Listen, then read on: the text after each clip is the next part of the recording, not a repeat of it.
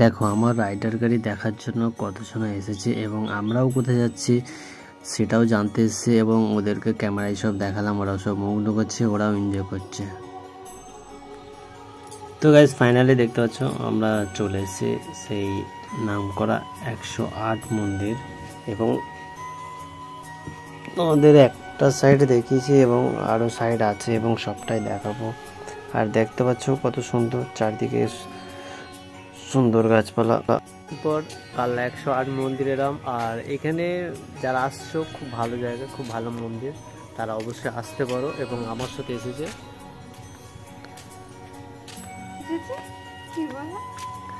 তো যাই হোক, তো চলো এখানে কি কি মন্দির আছে অল টোটাল দেখাচ্ছি।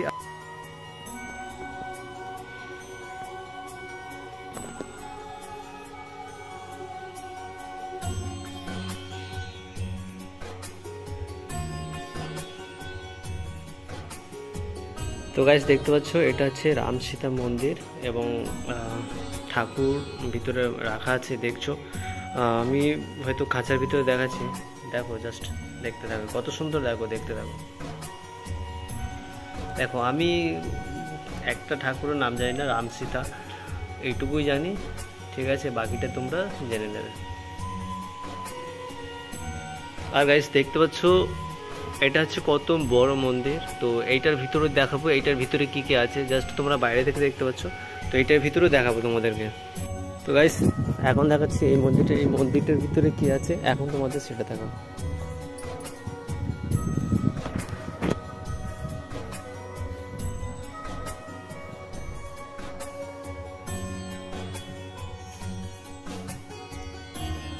তো গাইস দেখতে পাচ্ছ ভিতরে মন্দির, তো আমি নাম জানি না ঠাকুরটার কি নাম, এখানে রাধাকৃষ্ণ, এটা রাধাকৃষ্ণ, দেখো ভালো করে মন দিয়ে। আর এটা হচ্ছে রাধাকৃষ্ণ দোলনা নাকি, দেখো ঠাকুরের মন্দিরটা দেখো কত সুন্দর ভাবে তৈরি করা।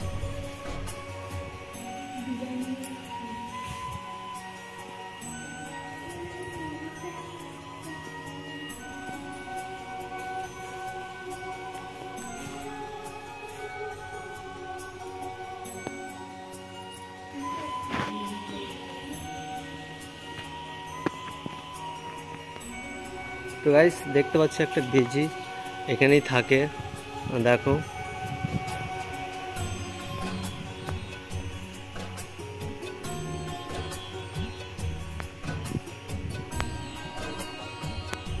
এখন দুটো মন্দির দেখতে পেলে এবং আরও মন্দির আছে, যারা আসতে চাও আসতে পারো এবং দেখে যেতে পারো। খুব কাছে কালনাতে 108 মন্দির নামে পরিচিত এবং তোমরা অনলাইনে গুগলে যেখানে সার্চ করবে সেখানেই দেখতে পাবে 108 মন্দির। আরও শিব মন্দির আছে, সেখানে দেখানো হয়নি, জাস্ট এই দিকের মন্দিরটা, এই মন্দিরগুলো আরও আছে দেখাবো এবং তারপরে ওইদিকে শিব মন্দির 108 মন্দিরভাবে পরিচিত এবং 108 শিব মন্দির দেখাবো। তো চলো দেখতে থাকো, সব এনজয় করো।